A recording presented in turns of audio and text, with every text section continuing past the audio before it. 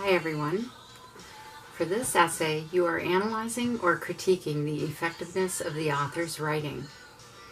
In your introduction, you will identify the title and author of the piece of writing, the author's purpose in writing, the audience the author is writing to, and then a 3 to 5 sentence summary of the piece. It should be very brief. You will want to include something about the author's credentials and authority, such as whether they've published anything else or if they're known for something. This may require a simple Google search if the information is not readily available in the reading itself. You will end your introductory paragraph with your thesis statement. This is just the claim that you are making about the author's effectiveness.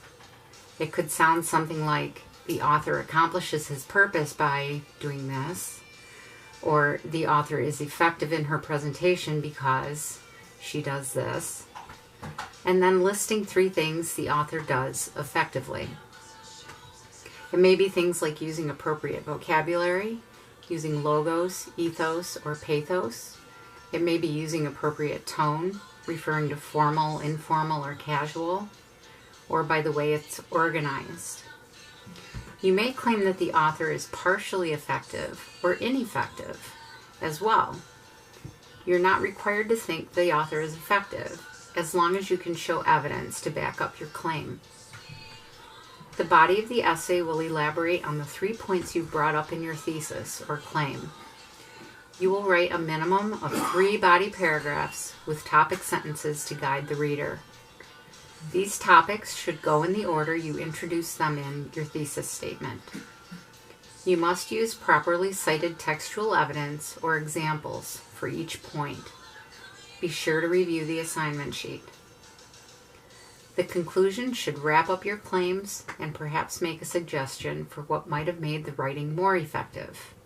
You might address the larger context that this reading fits into, such as how it fits into current domestic or political issues. Please do not start your conclusion with the words, "in conclusion." About the peer review, the other thing I want to talk to you about is the peer review process that we will be using. For this essay, I'm assigning groups of 3 students. I will email you your groups. You will each review the 2 other students' writing, and the other 2 students will review yours. You will accomplish this by submitting your draft to me by Sunday night in the Dropbox, but you will also email the draft to the other 2 members of your group. I've posted 4 questions under peer review questions in the week 5 folder. You will answer each question about each essay with a 3 to 5 sentence response, and you will email the response to the group member and me by Wednesday night at 11 o'clock. This will allow all of you to have time to consider what your reviewers have suggested to you and make appropriate revisions to your essay. Use proper netiquette for this process, and remember, these are just suggestions from peers. You are the author. You are not required to make any changes that you feel are not necessary or not correct, but you should at least consider what your reviewers have to say.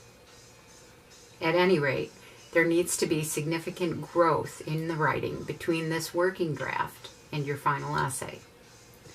Your draft and your peer reviews will count as other writing and will be graded as such. The final draft, which is due on February 25th, will be worth 10% of your final grade for the course.